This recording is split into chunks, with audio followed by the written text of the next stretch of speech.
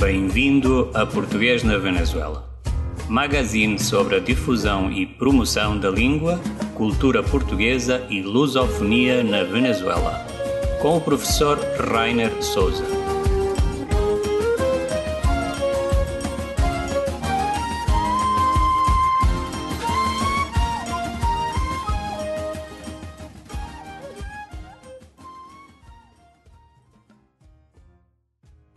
Bom dia, boa tarde, boa noite.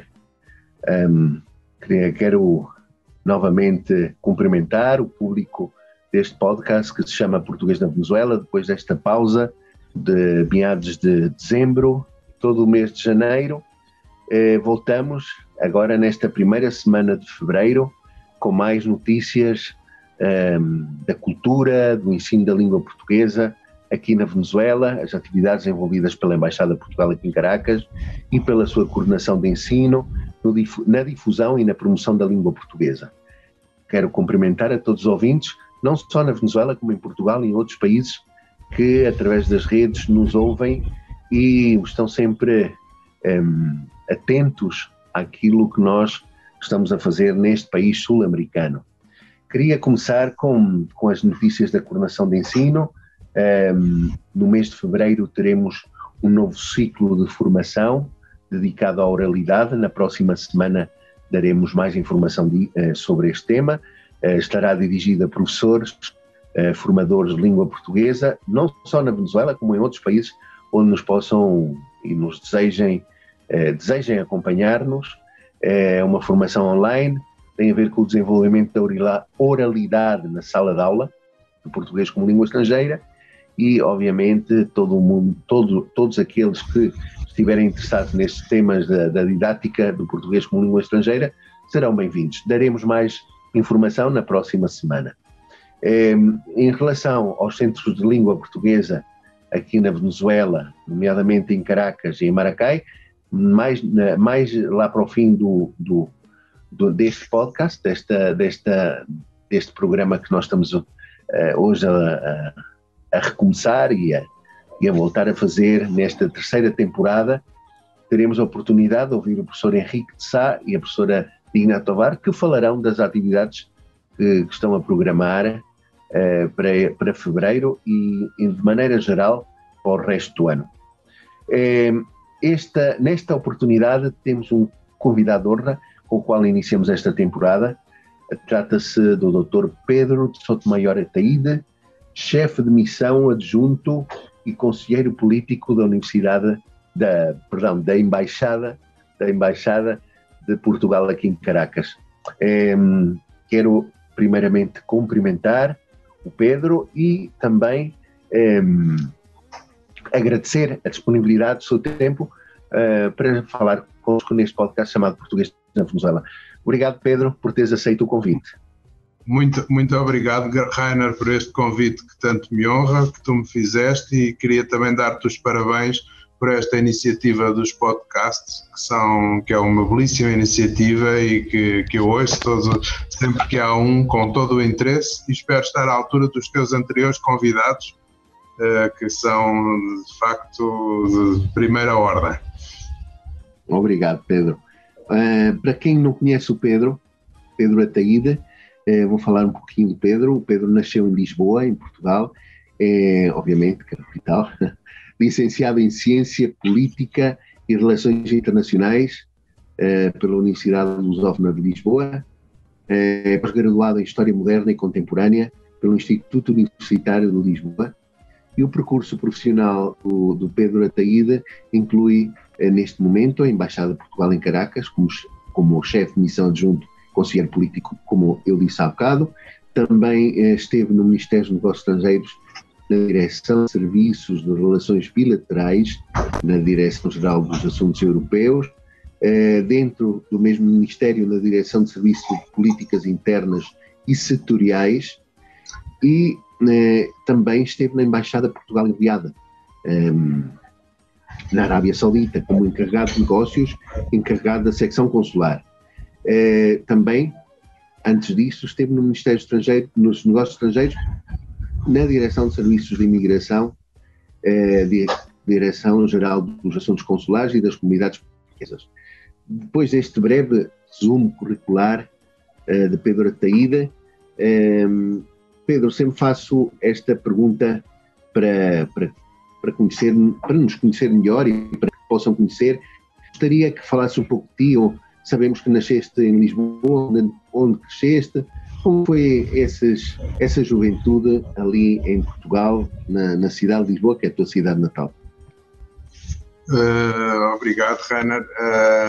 Eu nasci em Lisboa, o meu pai era minhoto, de Viana do Castelo, e toda a família do meu pai é do Val do Lima, e a minha mãe era de Lisboa, mas com raízes familiares no Alentejo. Eu nasci em Lisboa, mas os meus pais viviam no concelho de Cascais, em São Pedro de Estoril, e foi uma infância, uma adolescência passada junto ao mar, o que dá uma perspectiva, talvez dê uma perspectiva um bocadinho diferente. Também parte das minhas férias e tudo isso também foram passadas em Viana do Castelo, com a minha família e sempre mais ou menos junto ao mar, e talvez isto dê uma perspectiva diferente do mundo, ou da ligação de Portugal ao mar, que é histórica, e acho que isso me marcou, talvez tenha marcado. Portanto, foi basicamente é isto. Só fui viver para Lisboa com cerca de 25 anos, quando saí de casa da minha mãe. Sim. E estudaste aonde? Em que cidade? Eu estudei em São João, ali naquela zona, Concelho de Cascais, fiz a escola primária na Parede, depois andei no liceu de São João de Estoril, depois comecei por estudar os estudos universitários, comecei por estudar Direito na Universidade de Lusíada, 2 anos, mas não era de facto a minha vocação, e mudei para Ciência Política e Relações Internacionais, no qual sou licenciado pela Universidade Lusófona. E talvez já isso indiciasse que haveria de enverdar pela carreira que depois, mais tarde, carreira diplomática, mas sempre tive um grande interesse pela política interna e internacional e pelas relações internacionais. Uhum. E porquê esse mundo da ciência política, Pedro? O que é que te atraiu para estudares isso? O que é que te motivou para entrar nessa área de estudo? Interessa-me muito a forma de governo dos países, e a forma como se relaciona as populações com as autoridades, e a forma como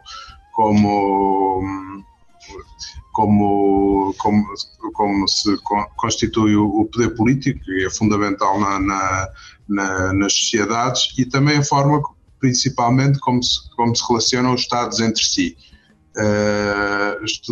Quando estudei mais tarde na pós-graduação, que era um mestrado, cuja tese não entreguei, não acabei, estava particularmente interessado nos processos de democratização e de mudança de regimes. Isso, no fundo, também te preparou, de certa forma, para o mundo da diplomacia, penso eu. Sim, acho que a preparação para o mundo da diplomacia também vem um bocadinho de todas as experiências que se têm, por isso é muito interessante ver pessoas diplomatas com origens tão diversas, origens profissionais, origens académicas tão diversas como há, embora haja uma grande incidência, digamos assim, de pessoas licenciadas em Direito e em Relações Internacionais, mas pessoas com experiências diversas e com origens, histórias familiares diversas, e por isso também é muito importante ter vários tipos de sensibilidades. Eu antes de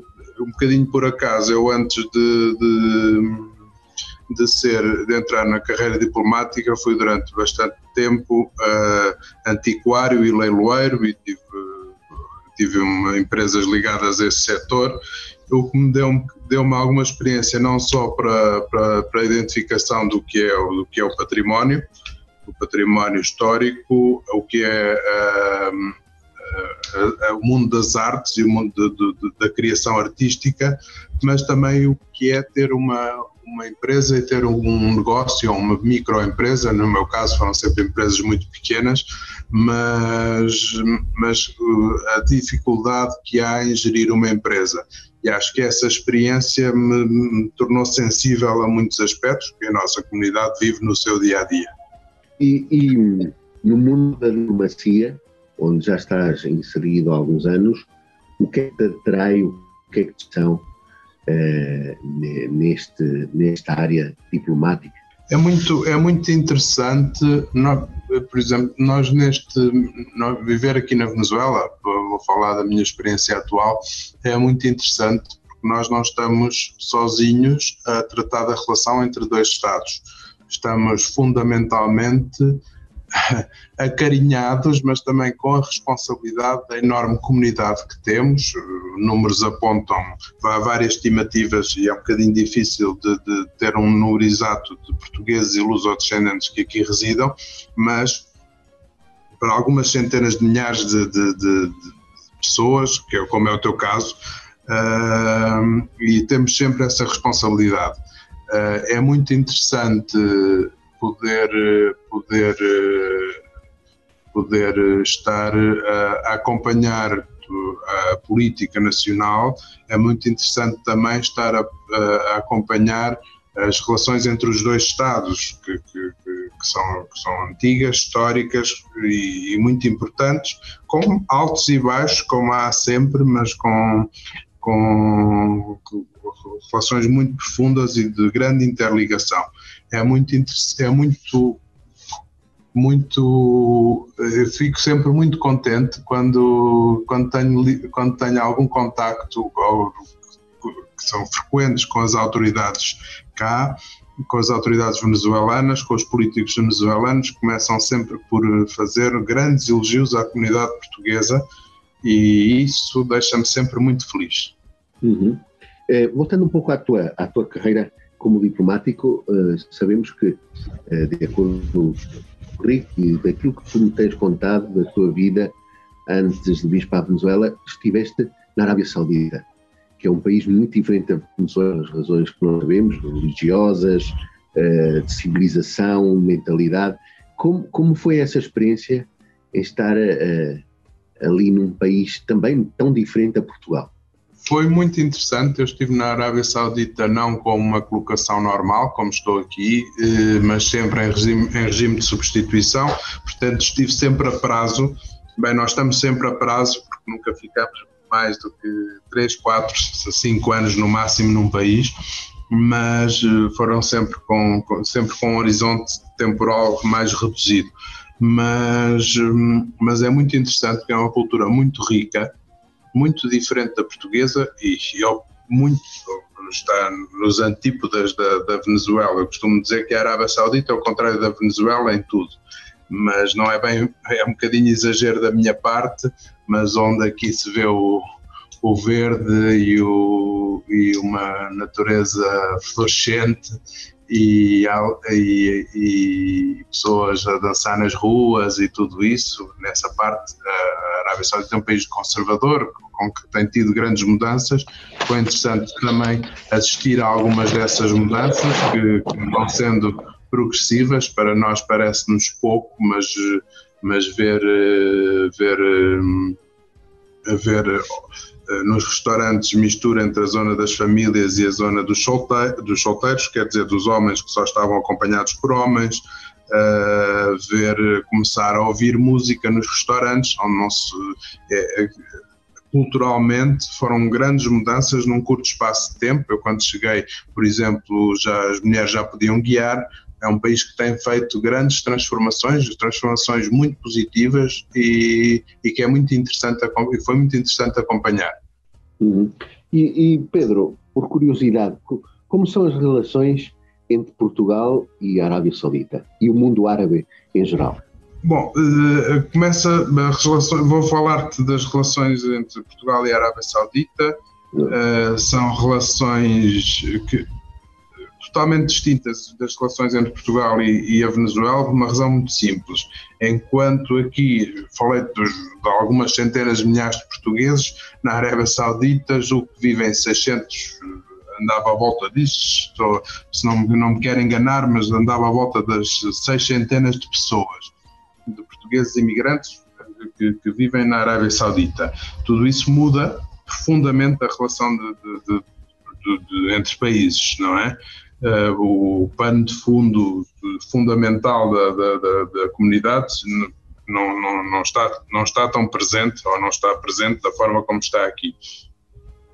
As relações são boas, há bastante investimento saudita em Portugal, e são relações cordiais e próximas. Os sauditas viajam muito para Portugal, há muito turismo saudita em Portugal e também gostam muito de Portugal, mas é de uma forma diferente, porque não tem, obviamente, já a barreira da língua, que aqui dizemos sempre que falamos portunhol, mas vamos apanhando a língua, não é? E facilmente entramos na língua e lá é uma barreira muito grande. Eu sei dizer 2, 3, 4, 5 palavras, não digo frases completas em árabe, e essa barreira é muito grande, não é? E depois é o lado cultural, o lado religioso. A religião tem um peso muito grande na Arábia Saudita. Aqui na Venezuela, com certeza que a religião católica e as outras religiões cristãs e não cristãs têm um peso na sociedade importante, mas a vivência da religião é totalmente diferente. Vamos agora então a uma pausa musical. Vamos ouvir uma música, chama-se Barco Negro, da Amália Rodrigues, proposta pelo Pedro. Pedro, por que esta música do Barco Negro, cantado por esta voz imortal portuguesa, que foi a Amália Rodrigues? Por que esta aposta? Eu acho que é muito interessante. Eu pensei um bocadinho qual é que havia de escolher. Eu, na escolha em qualquer escolha musical minha, ou em qualquer, teria que haver sempre pelo menos um fado da Amália, de quem eu gosto muito e a generalidade dos portugueses gostam muito. Foi a maior cantora portuguesa de todos os tempos. Eu acho que é uma cantora de nível mundial, ao nível das maiores da sua época. E escolhi o Barco Negro por várias razões. Em primeiro lugar, porque fala do mar, como falava há pouco, que acho que é muito une e não separa Portugal da Venezuela. E depois porque tem um ritmo latino, um ritmo da América Latina. A origem da melodia é da Mãe Negra, uma música brasileira, e acho que as pessoas aqui na Venezuela vão gostar do ritmo e vão encantar-se com esta voz, com esta magnífica voz da Amália e esta magnífica interpretação. Muito bem, vamos ouvir e logo voltamos para esta agradável conversa com Pedro Ataíde, da Embaixada de Portugal aqui em Cascais. Vamos falar de outros temas também bastante interessantes. Vamos ouvir e já voltamos.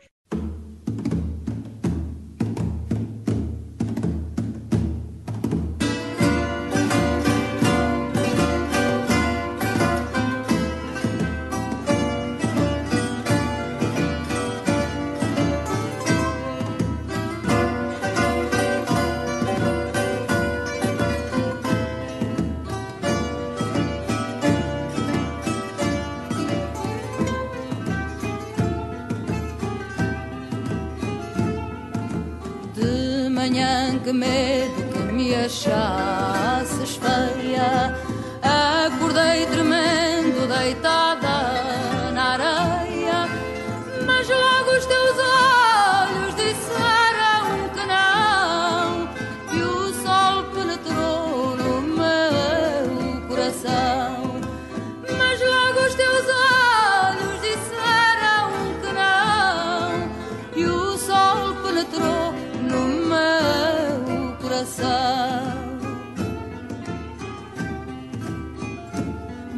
depois numa rocha uma cruz e o teu barco negro dançava na luz. Vi teu braço acenando entre as velas já soltas.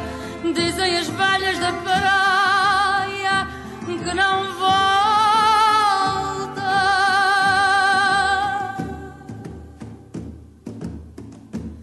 São loucas,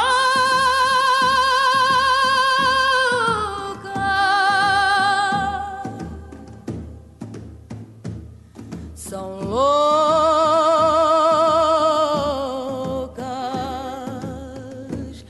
Eu sei, meu amor, que nem chegaste a partir, pois tudo em meu redor me diz que estás sempre comigo. Eu sei, meu amor, que nem chegaste a partir, pois tudo em meu redor me diz que estás sempre comigo.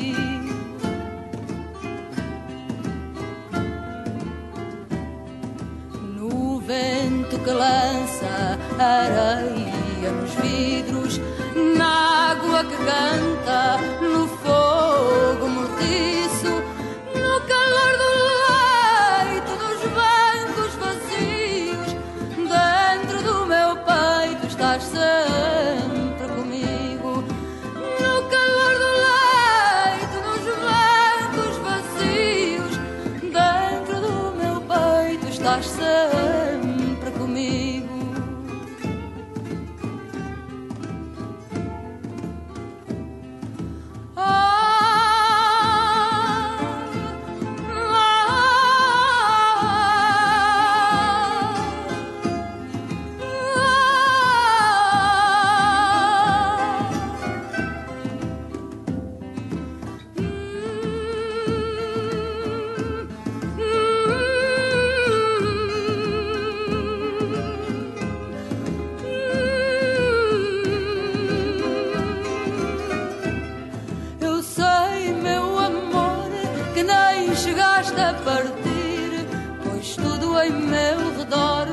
Estás sempre comigo.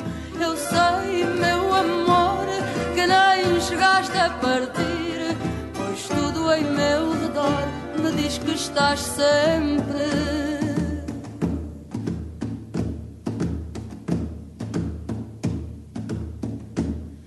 comigo.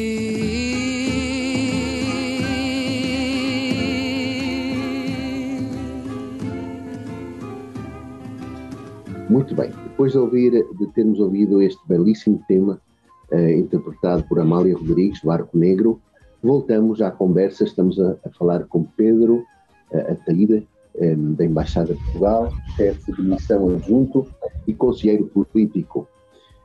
Pedro, uma pergunta que sempre faço aos diplomatas da nossa Embaixada, tenho feito ao embaixador, ao doutor Gonçalo Capitão: que opinião tens dos portugueses da diáspora em geral e em especial dos portugueses da Venezuela? Já tens bastante tempo, não, já tens um tempo considerável connosco aqui neste país. Que opinião tens da diáspora em geral, porque é um fenómeno que vem acompanhando a história portuguesa desde a época dos descobrimentos, e em especial aqui na Venezuela? Sim. Bom, eu começo logo por responder diretamente à tua pergunta. Tenho a melhor das possíveis opinião da diáspora portuguesa no geral, das várias diásporas portuguesas, e em particular na Venezuela, que já tenho quase 1 ano e meio aqui na Venezuela, portanto já fui conhecendo muita gente, ouvindo muitas histórias de vida, e a responder diretamente à tua pergunta, tenho muito boa opinião das diásporas portuguesas e da diáspora portuguesa na Venezuela em particular. Eu, quando comecei a trabalhar no Ministério, nós não escolhemos bem para onde é que vamos, põem-nos nos sítios, vão-nos para os quais acham que temos alguma vocação. E, como disseste no princípio, eu comecei por trabalhar na direção de serviços da imigração, em Lisboa, que faz parte da Direção-Geral das Comunidades Portuguesas, dos Assuntos Consulares das Comunidades Portuguesas, e comecei, sempre tive um grande respeito pelos imigrantes e pela coragem que é deixar um país, deixar o seu conforto, por muito pouco que seja, porque muitas vezes as pessoas, como sabes, emigram muitas vezes não, sempre, emigram para ter uma vida melhor, mas deixam o conforto da sua terra, o conhecido, e partem para o desconhecido, para países onde não conhecem a língua, muitas vezes, onde não têm, pode ser que tenham alguns familiares, ou mesmo não tenham ninguém. Partem um bocadinho à aventura, que é um bocadinho a história de Portugal desde o princípio, desde a conquista de território na Península Ibérica, para constituir o que é hoje o Portugal continental, e depois já não havia mais para conquista, já não havia mais espaço para avançar em Portugal, então avançou-se para o mar. E os imigrantes portugueses, no fundo, continuaram a fazer isto, e com histórias de enorme sucesso aqui na Venezuela, desde como conheces, desde os maiores distribuidores alimentares são portugueses, desde até às padarias portuguesas, aos talhos portugueses, aos negócios de caminhonagem, de transporte, com histórias de enorme sucesso, enorme sacrifício, mas sempre com Portugal. Isto é um clichê o que eu vou dizer, mas sempre com Portugal no coração. As pessoas têm muito orgulho de ser portuguesas. Isto deixa-me sempre muito feliz quando alguém sabe que eu sou da Embaixada, ou que sou da Embaixada de Portugal, vem sempre dizer-me sou português. E isso deixa-me sempre muito feliz. O meu pai era português, o meu avô era português, com as histórias que tu ouves, que tu já conheces muito melhor do que eu, das pessoas que vieram e depois casaram cá, depois mandaram vir, conseguiram que a mulher viesse, a família viesse, e depois com construções extraordinárias, como mostram o sentido de comunidade da comunidade portuguesa. Peço desculpa pela repetição, mas tem um grande sentido. A comunidade, ou colónia portuguesa, como se diz aqui, tem um sentido de comunidade muito forte, de entreajuda. Construiu-se as várias casas de Portugal que há na Venezuela, em todos os estados. Temos aqui em Caracas um dos exemplos, que é a maior casa de Portugal, ou a maior associação portuguesa do mundo, que é o Centro Português de Caracas, mas idênticos, ou quase não desta dimensão, mas de grande dimensão, há vários na Venezuela. Há toda a solidariedade que há entre a comunidade portuguesa, que de facto mitigou os efeitos de alguns períodos menos fáceis na história recente da Venezuela. Sem dúvida. Sem dúvida. E neste tempo que tem estado aqui na Venezuela, quais são aqueles momentos mais especiais para ti durante estes meses que têm estado connosco? Tem sido desde dos extraordinários companheiros de trabalho que conheci aqui na Embaixada, que tu fazes parte, tu és um deles, que me ajudaram muito a minha instalação e a sentir-me em casa.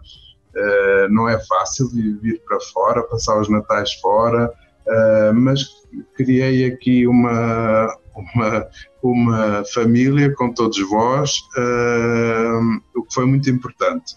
Depois é o calor das pessoas. As pessoas na Venezuela, os portugueses, com quem tenho uma ligação afetiva maior, claro, mas os venezuelanos são muito acolhedores e sinto-me sempre muito bem acolhido, muito bem tratado, e isso é muito importante, E depois, por outro lado, há outra coisa que eu não me canso de... Eu pensei que passava com o tempo. Eu tive a sorte de arranjar uma casa que é aqui perto da Embaixada, com uma vista muito simpática para o Ávila, e não me canso de olhar para o Ávila, não me canso de ver as guacamaias todas as manhãs. Para quem não sabe, são os papagaios azuis e amarelos, aqui visto para quem não é daqui da Venezuela e nos possa estar a ouvir, os papagaios azuis e amarelos que há muito aqui na Venezuela, ou os papagaios normais. Não me canso de estar a olhar para a natureza, é uma cidade belíssima, cheia de árvores, cheia de verde,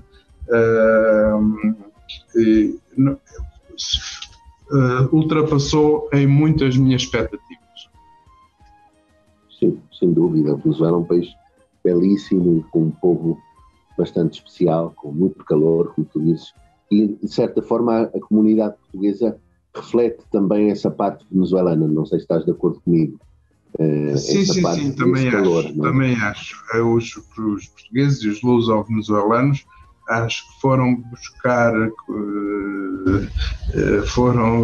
refletem o bom do venezuelano e o bom do português, e isso vê-se muito no espírito dos filhos, netos, bisnetos de portugueses que vieram para cá, e com orgulho enorme, e que estão a reaprender o português, aqueles que se afastaram da nossa língua,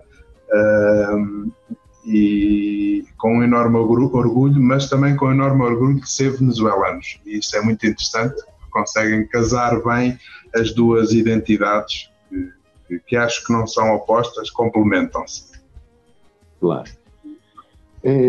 Pedro, voltando um pouco às tuas funções aqui na Embaixada, de chefe de missão adjunto e conselheiro político, para quem não conhece bem o mundo diplomático, quais são as tuas funções? Conta-nos um pouco do teu trabalho que tens vindo a desenvolver, quais são as tuas funções aqui na representação diplomática, na máxima representação diplomática de Portugal neste país, na Venezuela.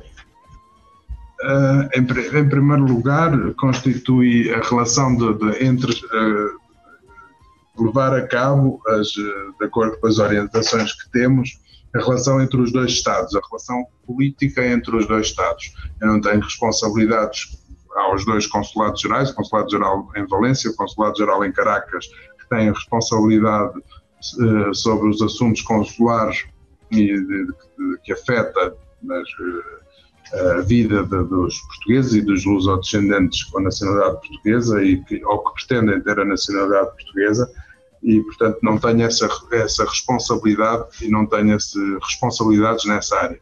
Portanto, a minha responsabilidade tem a ver com as relações políticas entre os dois Estados. Por isso sou o conselheiro político da Embaixada. O ser chefe de missão adjunto quer dizer apenas que nas ausências e impedimentos do embaixador sou eu que assumo a chefia da Embaixada. Mas no meu dia a dia tem muito a ver com o acompanhamento da situação política da Venezuela, que é complexa, como sabes, com a procura de informação para poder para Lisboa estar a par do que se passa aqui, de todos os avanços e recuos neste processo que está em curso, não é? Num processo de normalização e de reinstitucionalização do país.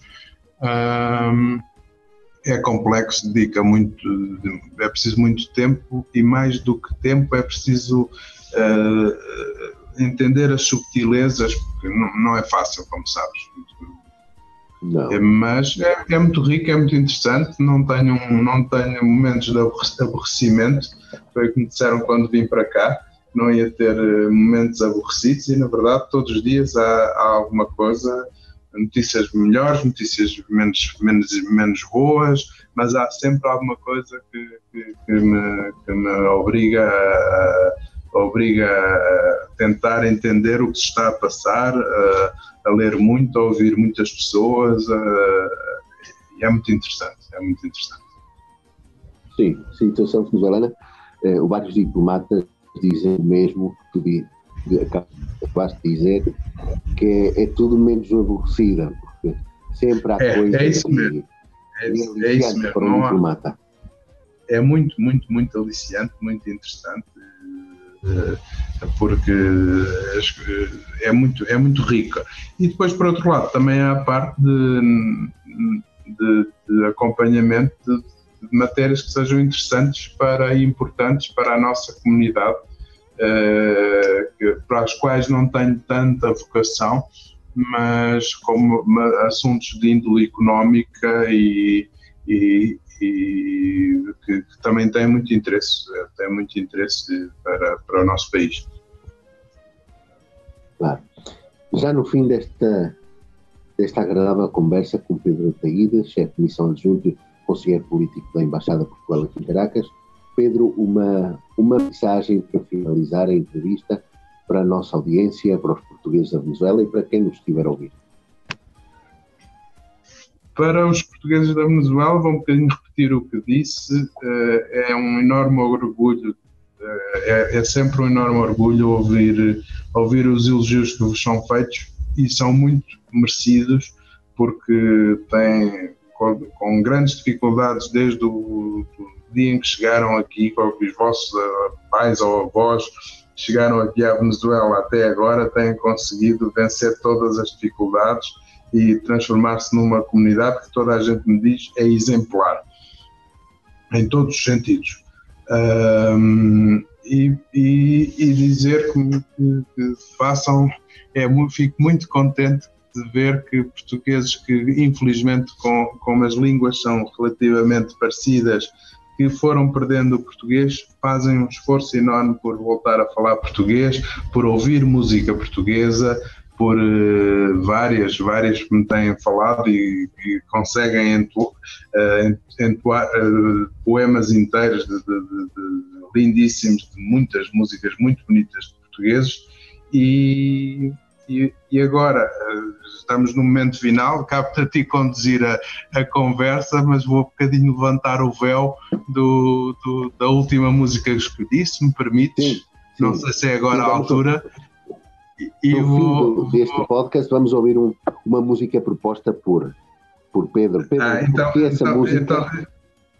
Sim. Não, avança. Obrigado. Uma proposta musical. Não, é que eu agora estava a ver que estava a entrar, como estávamos no fim, estava eu a fechar o programa, desculpa, Rainer, por te tirar a condução do programa, mas eu estava um bocadinho, entrei, as conversas são como as cerejas e eu já estava a entrar nesse ponto. Eu queria dizer, escolhi o Cantar da Imigração, que é uma música, no fundo a origem da música é Fado de Coimbra, do Adriano Correia de Oliveira, mas isto é uma belíssima interpretação da Isabel Silvestre, que junta, canta eu não sou melómano, não sou grande entendido em música, mas que junta o folclore e numa melodia muito bonita, mas chama a atenção para um drama que muitas vezes as pessoas esquecem, que é o drama de quem fica, porque a imigração é muito dura, emigrar é muito duro, mas também é muito duro quem fica, as viúvas de maridos vivos, as mães os órfãos de pais vivos, como fala a letra, que é muito forte, a letra é muito forte, as aldeias que ficaram sem homens, e sem mulheres, fala em concreto de homens, mas sem pessoas, ficaram desertificadas, ficaram com os velhinhos, aqueles que já não vão emigrar, e essa é uma realidade que raramente se fala, mas que quem cresceu no Minho, ou quem cresceu com ligações fortes familiares no Minho, viu muitas mães sem ver os filhos há anos, não tão duro como aqui, não foi tão duro como aqui, mas na imigração mais recente foi mais para a Europa, portanto iam com alguma frequência a Portugal, mas muitas pessoas foram exatamente, Suíça, Luxemburgo, mas foram muitos, a vaga de imigração anterior, muitos foram para o Brasil, menos para a Venezuela, que são mais pessoas do distrito de Aveiro e da Madeira, obviamente, mas muitos foram para o Brasil e que viveram a mesma realidade. A partir do momento em que viam os filhos partir, ou viam os netos partir, havia a noção de que não os iriam mais ver. E isso é muito duro e esta música, numa melodia muito alegre, mas chama a atenção para essa realidade. Muito bem. Obrigado, Pedro. Nós vamos ouvir uma musical no fim do podcast, esse belíssimo tema que nos propõe Pedro Ataíde. Obrigado, Pedro, pelo teu tempo e por esta disponibilidade de falar. Muito obrigado, Rainer, pelo convite e por esta tão agradável conversa. Obrigado. Obrigado. Depois desta agradável conversa com Pedro Ataíde, da Embaixada de Portugal em Caracas, falaremos agora com o professor Henrique de Sá, do CLP de Maracay, isto é, do Centro de Língua Portuguesa dessa cidade, do Estado de Aragua, e com a professora Digna Tovar, da cidade de Caracas, está à frente do CLP da Universidade Central da Venezuela. Gostaríamos de saber quais são os planos para fevereiro e um pouco da planificação para este ano 2022. Bom dia, boa tarde, boa noite, caros ouvintes deste podcast da Coordenação de Ensino. Agradecer mais uma vez o convite do Dr. Rainer Souza para ser parte desta iniciativa tão extraordinária. O meu nome é Henrique de Sá, sou docente de Camões na UPEL de Maracay e coordenador do Centro de Língua Portuguesa. Estas últimas semanas têm sido de boas notícias porque está já por iniciar o semestre 2022-1 de formação de professores de pré-grado, com um novo grupo, uma nova coorte de formandos como professores de português e 26. O número total de estudantes e futuros professores está entre 50 e 60, um número ainda por consolidar devido a temas administrativos da universidade. Mas é um grande número, é uma grande notícia ver como a juventude do Estado de Aragua decide apostar fortemente na sua formação numa língua muito importante e estrategicamente interessante e de crescimento global como é a língua portuguesa. Está prevista a realização de uma atividade de recepção de boas-vindas para este grupo de estudantes que está a iniciar. Queremos fazer uma pequena recepção, mostrar um bocadinho da estrutura do que o Camões IP, do que a língua portuguesa, das redes educativas que surgiram a partir deste projeto. E claro, para esta atividade queremos contar com a presença do Sr. Coordenador, Dr. Rainer Souza, para conhecer e dar algumas palavras aos novos estudantes e também dar os parabéns aos que continuam na formação, numa situação, como sabemos, que não é ideal, mas que representa mais um desafio para o crescimento e para o trabalho da nossa instituição. Também é importante destacar que as nossas atividades vão continuar, as atividades do plano semestral de atividades do Centro de Língua vão continuar. Vamos ter o nosso primeiro encontro saramaguiano, por causa do centenário do José Saramago. Vamos ter o nosso primeiro encontro na cidade de Cagua, junto do Sr. Embaixador, o Dr. Sousa Amaro, no Instituto Pascal da cidade de Cagua, uma cidade muito importante e próxima de Maracay, a capital do estado. Esta cidade de Cagua é uma cidade caracterizada pela grande concentração de portugueses e luso-descendentes e é a cidade onde temos o maior número de estudantes de português a nível curricular, tanto ensino primário como ensino secundário. Então, está previsto durante o mês de fevereiro a realização de um encontro saramaguiano para falar e dissertar sobre este autor português, Prémio Nobel de Literatura e de grande importância para a literatura universal. Também no mês de fevereiro queremos iniciar com as terceiras jornadas de formação da Rede Camões.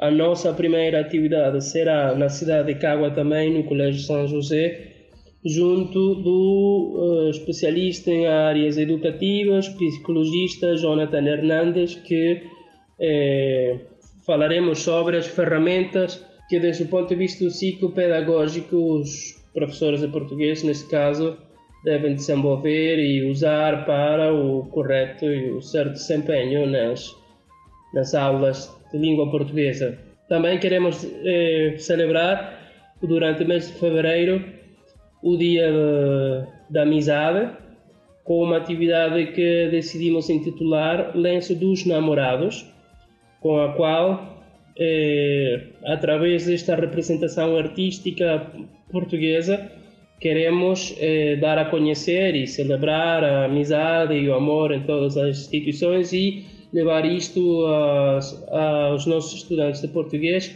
tanto na Rede Camões como na UPEL. Por último, também queremos iniciar a celebração do Carnaval durante este ano e vamos tentar ver se a situação pandémica permitir, fazer um pequeno encontro chamado Sexta de Festa 2022, que é um evento que também é feito na Universidade Central da Venezuela. E para isso queremos contar com grupos de samba, celebrações e tudo mais para celebrar a lusofonia, celebrar a nossa língua portuguesa. Entre outras notícias importantes, queremos também destacar o início do novo período dos cursos de extensão, o curso de português para a comunidade. Desta vez, a língua portuguesa teve um importante crescimento e vamos ter 3 sessões de português, das 5 previstas que pertencem ao nível básico. Estamos a falar mais ou menos entre 30 e 40 estudantes novos, que somam os estudantes, mais ou menos os 15, 16 que já tínhamos, e que representa um crescimento muito, muito importante e consolida a língua portuguesa como a língua estrangeira mais importante a nível da extensão universitária da UPEL, depois claramente, do inglês, que continua a ser, como sabemos, uma língua franca, uma língua de contato. Mas o português está a crescer, está a ganhar muitos espaços, está a ganhar importância, está a consolidar a sua presença no estado de Aragua, e isto podemos ver através dos cursos de extensão universitária.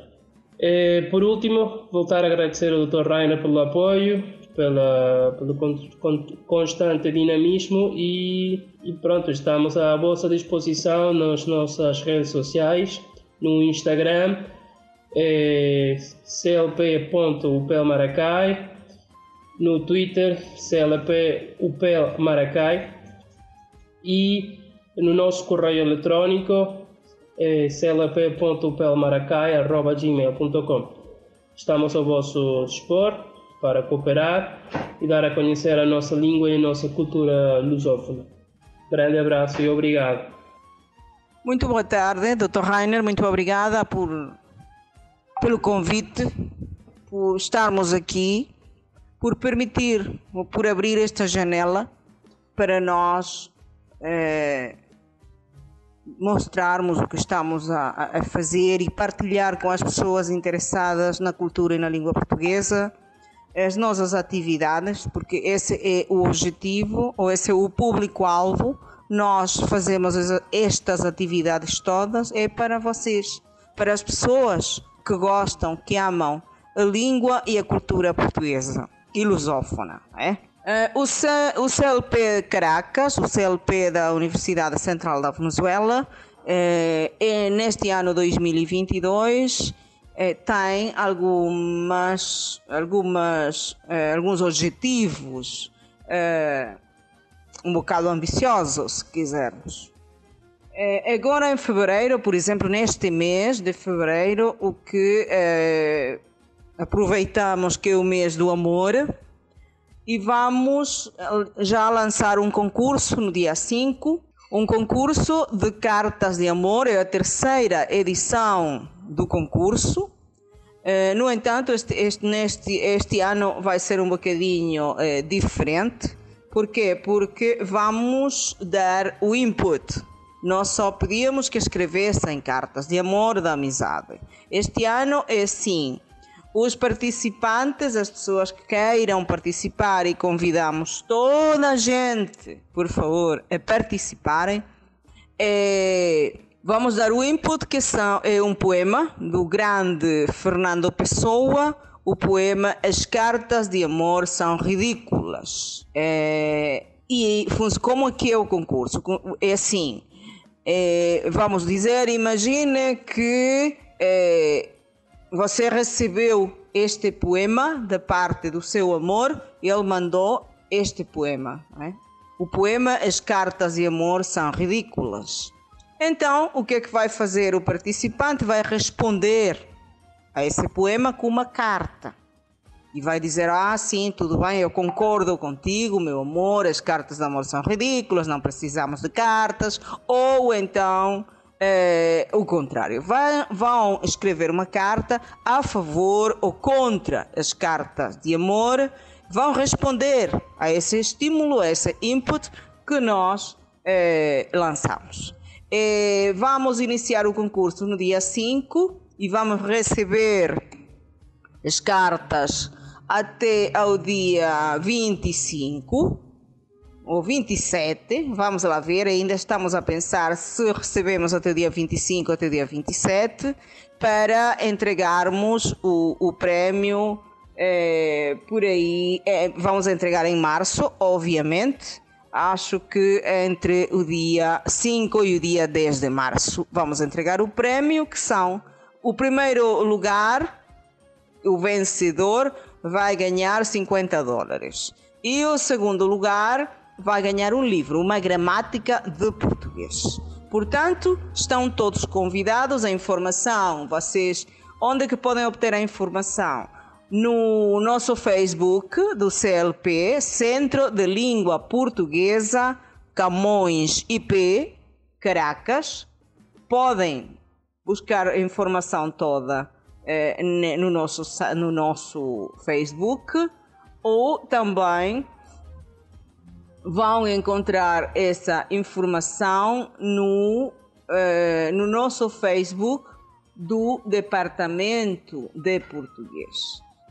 Qual é que é o nosso Facebook do Departamento de Português? Chama-se Departamento de Português, Escola de Idiomas Modernos, UCV. Departamento de Português, IFEM, Escola de Idiomas Modernos, IFEM, UCV. Portanto, estão convidados a participarem no nosso concurso do Mês do Amor. E é um concurso de cartas de amor. Essa é a nossa atividade imediata para todo o mês de fevereiro. Agora, durante o ano, quais são as atividades que nós estamos a planejar fazer? Estamos a pensar, não, já temos aberto uma cadeira optativa de literatura africana de expressão portuguesa. Essa cadeira optativa de literatura africana de expressão portuguesa na Escola de Idiomas Modernos. Nós iniciamos com essa cadeira na Escola de Letras e agora passamos para a Escola de Idiomas e disponibilizamos a cátedra a todos os estudantes da Faculdade de Humanidades e Educação.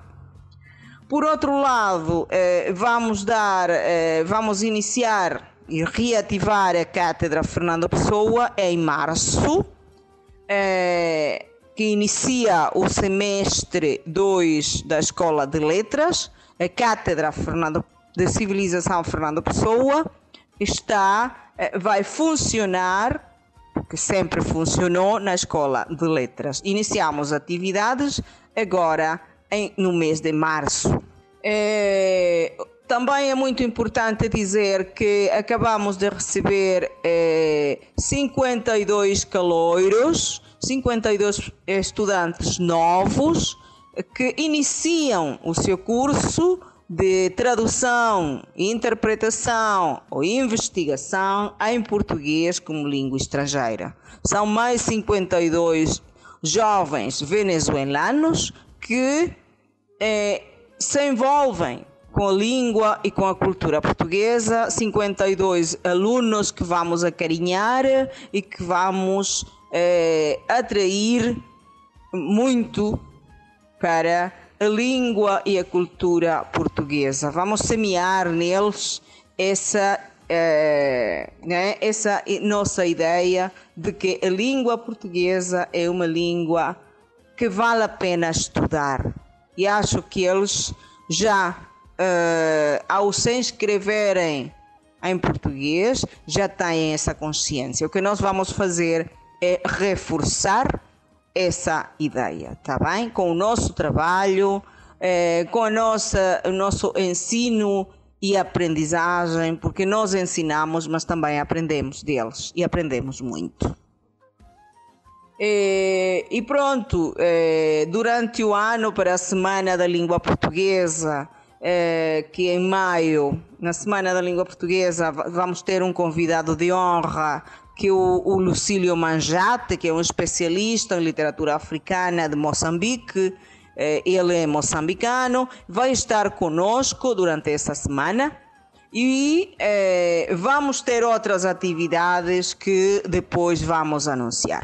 Por enquanto, damos já estas novidades e ficamos muito gratos pela oportunidade de entrar em contato com vocês todos. Muito boa tarde e obrigada, Dr. Rainer.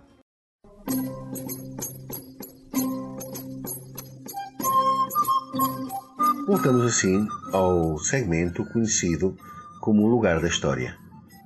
Esta semana voltaremos a falar das principais expedições que foram feitas durante o reinado do rei Dom João II. De 1482 a 1483 e de 1485 a 1486, Diogo Cão passou o litoral da Angola, chegou à atual Namíbia, explorou a embocadura do rio Zaire, estabelecendo relações amigáveis com o rei do Congo. Em agosto de 1487, uma pequena armada com apenas 3 caravelas, comandada por Bartolomeu Dias, continuou a exploração da costa africana. A 3 de fevereiro de 1488, dobrou o Cabo das Tormentas, situado no limite sul de África. Estava então estabelecida a ligação entre os oceanos Atlântico e Índico. Passado o Cabo das Tormentas, aportaram numa baía, a que chamaram Angra dos Vaqueiros, por aí existirem muitas vacas guardadas por pastores negros. Na atualidade, essa baía corresponde à vila piscatória de Mossel, na África do Sul. Por ser um território de difícil acesso, existiam muitas lendas sobre um gigante de nome Adamastor, que espalhava o terror sobre as embarcações, provocando naufrágios a quem se atrevesse a passar o Cabo das Tormentas. Quando Bartolomeu Dias passou o cabo, reparou que, na verdade, o que existia era um enorme rochedo no meio do mar que, com as fortes correntes, provocava a navegadores menos experientes naufrágios e estragos nas embarcações. Após a viagem de Bartolomeu Dias, D. João II mudou o nome do Cabo das Tormentas para Cabo da Boa Esperança, por existir uma forte convicção de se concretizar o objetivo de se chegar à Índia por mar. Até a década de 90 do século XV, os portugueses foram praticamente os únicos a participar na expansão marítima. Porém, a partir desse momento, também os castelhanos se envolveram nas expedições marítimas. Cristóvão Colombo era um mercador genovês que terá vindo para Portugal por volta do ano de 1470. Viajou até à Madeira, onde terá casado com a filha de Bartolomeu Prestrelo. Como residiu em Lisboa há alguns anos e também na Madeira e na Mina, Colombo terá aprendido a arte de navegar e recolhido informações sobre a possibilidade da existência de territórios a oeste dos Açores. A esses conhecimentos terá acrescentado a informação de que a Terra era redonda, pelo que projetou uma possível viagem para atingir a Índia por mar pelo Ocidente. Colombo apresentou seu projeto aos responsáveis pela expansão ultramarina portuguesa, que não demonstraram grande interesse porque a exploração da costa africana estava muito adiantada e esperavam que os navegadores portugueses chegassem brevemente à Índia. Provavelmente especulava-se que as medições do globo terrestre feitas por Colombo estariam erradas e que a Ásia não ficaria tão perto da Europa como ele julgava. Possivelmente os portugueses já tinham conhecimento de que existiriam territórios a oeste e que estes não seriam a Ásia. O navegador genovês partiu a 3 de agosto de 1492, descobrindo pouco depois um novo continente, a futura América. Os primeiros contactos foram feitos com as ilhas de São Salvador, atualmente as Bahamas, Cuba e Haiti, no arquipélago das Antilhas ou Caraíbas. Ficamos por aqui no lugar da história. Já para finalizar o podcast desta semana, ficamos com a proposta musical feita pelo Dr. Pedro Ataíde da Embaixada de Portugal aqui em Caracas. Vamos ouvir Cantar de Imigração, interpretado por Isabel Silvestre. Voltamos para a semana com mais de Português na Venezuela.